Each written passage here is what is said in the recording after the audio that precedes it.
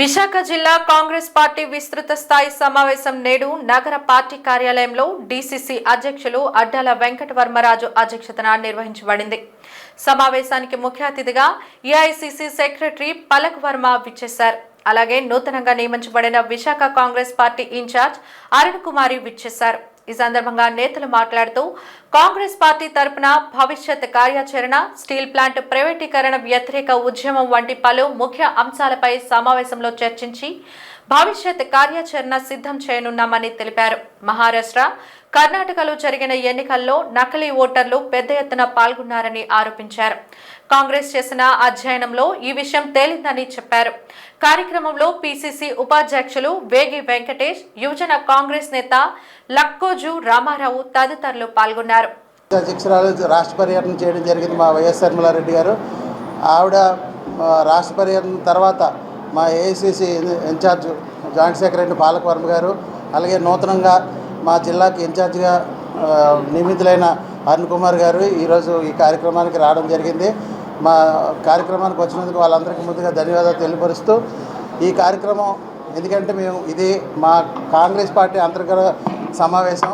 ఈ సమావేశానికి పార్టీని బలోపేతం చేయడానికి, అలాగే కమిటీలు మేము ఏమేసామో చెక్ చేయడం కోసం మాకు విచ్చేశారు ఏఐసీసీ నుంచి.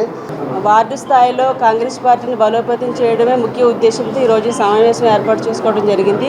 నియోజకవర్గ ఇన్ఛార్జీలు, అలాగే వార్డు సభ్యులు అందరూ కలిసి ఈరోజు పార్టీ అభివృద్ధి చెందడానికి ఏమేమి నిర్ణయాలు తీసుకోవాలో ఈరోజు అంతర్గతంగా మేము కూర్చుని చర్చించుకోవడం జరుగుతుంది. పార్టీ నాయకులు, కార్యకర్తలు అందరూ కూడా సహకరించాలని చెప్పి మీ ద్వారా తెలియజేస్తున్నాను. అలాగే మోడీ వ్యవహారం చూసుకున్నా, కోటో ప్రభుత్వం చూసుకున్నా భారతదేశాన్ని తాకట్టు పెట్టే విధానంలోనే వాళ్ళ ఆలోచనలు ఉన్నాయి తప్ప ప్రజల కోసం కానీ దేశం కోసం కానీ వాళ్ళు ఆలోచించే పరిస్థితి లేదు. అలా ప్రస్తుత కాలంలో చూస్తున్న స్మార్ట్ మీటర్లు బిగించమని చెప్తున్నారు. ఆ స్మార్ట్ మీటర్లు బిగించడం అనేది అదానికి ఉపయోగపడే వ్యవహారమే కానీ ప్రజలకు ఉపయోగం ఏమీ లేదు. ఇప్పటికీ కరెంటు బిల్లులు మోత మోగిపోతున్నాయి. కానీ ఇవన్నీ కూడా మోడీకి అక్కర్లేదు. యోగా చేద్దాం, గిన్నిస్ బుక్లో రికార్డు సంపాదిద్దాం అన్న ఆలోచన తప్ప వేరే ఆలోచనే లేదు మోడీ ప్రభుత్వానికి. మేము కాంగ్రెస్ పార్టీ తరఫు నుంచి తీవ్రంగా ఖండిస్తున్నాం. మీరు ఎప్పటికైనా ప్రజల కోసం ఆలోచించండి, విశాఖ స్టీల్ ప్లాంట్ కోసం ఆలోచించండి, సామాన్యుల కడుపు కొట్టదని చెప్పి కాంగ్రెస్ పార్టీని మేము డిమాండ్ చేస్తున్నాం.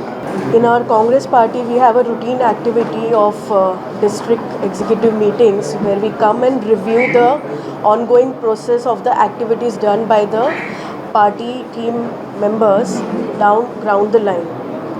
I am here in Visakhapatnam for the party activities review meeting, as well as noting down my points of what needs to be focused by our party in the ground line. As you all are aware, Visakhapatnam steel plant is a burning issue for people in Visakhapatnam. Our PCC president has also regularly visited. Last time even I visited for the same, and we'll keep on fighting for the people here. And local issues are always raised by the local team or the district team, and national issues are always raised by the AICC team, and state issues are raised by the PCC team. And I would like to bring to your notice that recently you all would have heard that Rahul ji has been speaking that in Maharashtra election votes theft happened, and a study has been done there also, and recently in Karnataka Lok Sabha by election also, wherein with the records we have that voters were migrated for voting from the neighboring states.